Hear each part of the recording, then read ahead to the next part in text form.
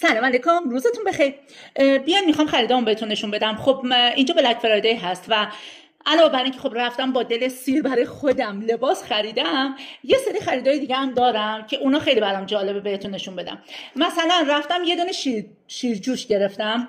میدونم الان همه میگن خب قهوه ساز هست تو میشه تو اون درست کرد، ولی من خودم ترجیح میدم شیر رو بجوشونم و داغ داغ مصرف کنم. بعد بیوتی بلندر گرفتم. ببین چقدر کیوتیه، چقدر خوشگله.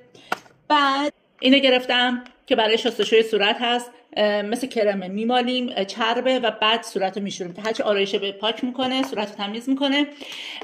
فیس ماسک گرفتم، مرطوب کننده. رفتم از هالی هارپر گوشواره گرفتم، برای خودمه، برای سایه خانومه، اینم باز برای خودمه.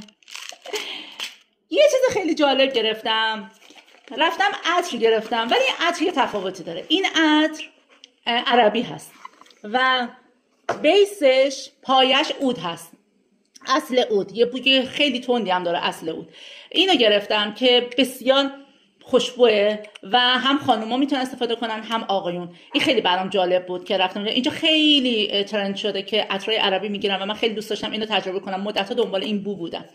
خلاصه اینم از این دیگه، اینم از خریدام. امیدوارم شما هم دیده باشید، لذت برده باشید و به خدا میسپارمتون. دوستتون دارم. لایک، شیر، سابسکرایب یادتون نره. خداحافظ.